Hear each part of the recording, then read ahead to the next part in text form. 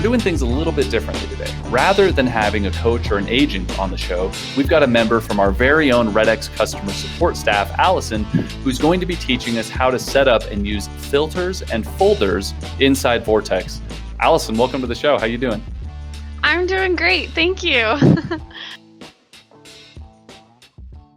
The why behind it is just that as you have the system, and I guess as our customers have the system, there's going to be so many leads in there, and they could be so broad in that they go to multiple areas that maybe they don't want to prospect to, or they could be different price ranges that they want to prospect to, different things like that. And so our filters and folders allow you to just really narrow down what you want to prospect to. It also allows you to filter out your leads, put them into the folders so that you can follow up with them and that you can have this consistent system to be able to remember to follow up with specific leads and to do so regularly so that people just aren't falling through those cracks like you mentioned. It also helps you to organize them. So if you want to organize them based off of a specific county that you want to call or a specific price range, or even like you can have old expireds that have been expired for a long time, you can filter those and just be calling specifically those older leads. That also helps you to create a specific filter a specific script depending on what you're calling, so that you're tailoring what you say to what you're calling. So there's so many whys to it, and it's just super beneficial. The next thing I want to talk about is the difference between filters and folders. Filters is you basically set a specific criteria that as new leads come into your system every day, if it falls under that criteria, it's going to fall into that filter. If that criteria changes, it gets removed from that filter.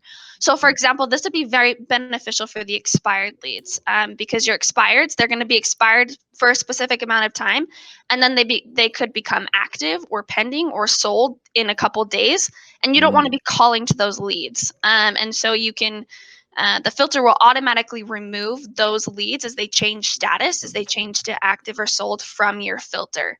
And then a benefit of folders is that it's basically like a bucket. You add the leads to the folders and they stay there unless you remove them.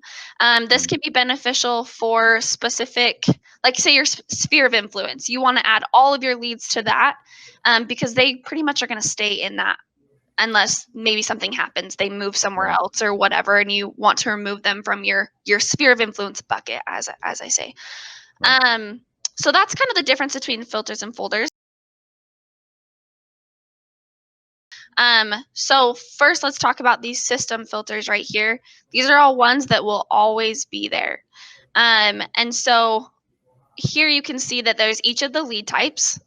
So I have expireds, GeoLeads, FSBOs, for rent by owners, and foreclosures. Up at the top, all data, that's going to be where all of your leads are. And so if you need a way to search your leads, that's a great place to go. My imports is if you have leads that are coming from another source, say like a CRM or from your broker, you can import them into our system and then it goes straight into the My Imports filter and you can call them using your dialer.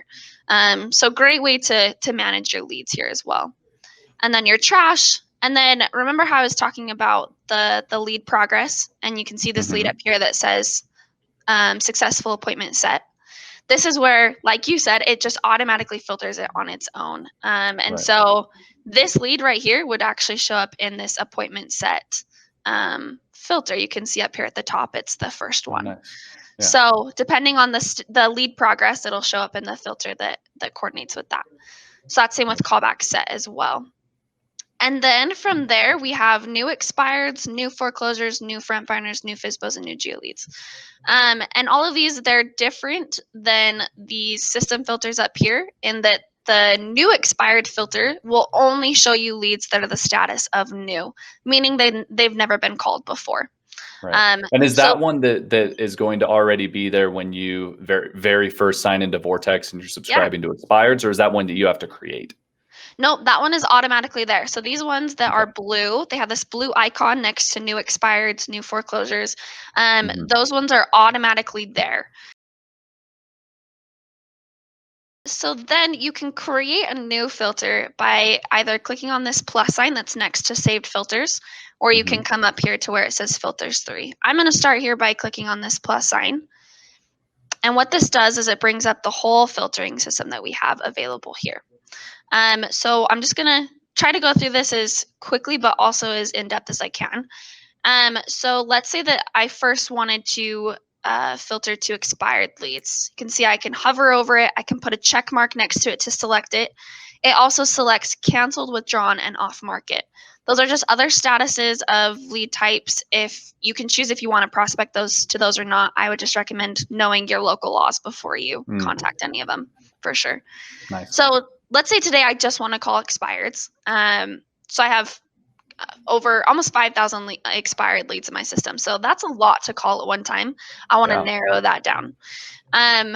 All right, I'm just going to make sure that I have everything that I want in here before I save it. So going to kind of go over this again. I have expired leads, status of new, and the status of in progress, meaning I haven't called them or I haven't been able to contact them. Right. I have show leads that changed status in the past 3 weeks. They have a phone number, and then I have a price, and I'm excluding any properties that don't have a price. And then I'm just excluding mobile home parks and offices. And then I have Salt Lake and Utah County. Perfect. So now I can save this filter. So you click Save As up in the top right, and you can give your name. So I'm just going to title this, let's title it Daily Expireds.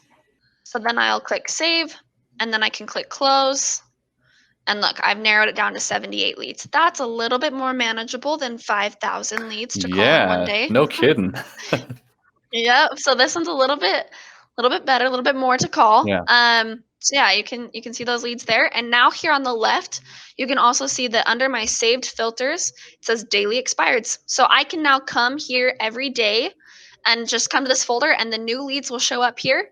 And any of them that are older than 3 weeks will be removed from it. And then also any that have become active or any other status will be removed from it as well.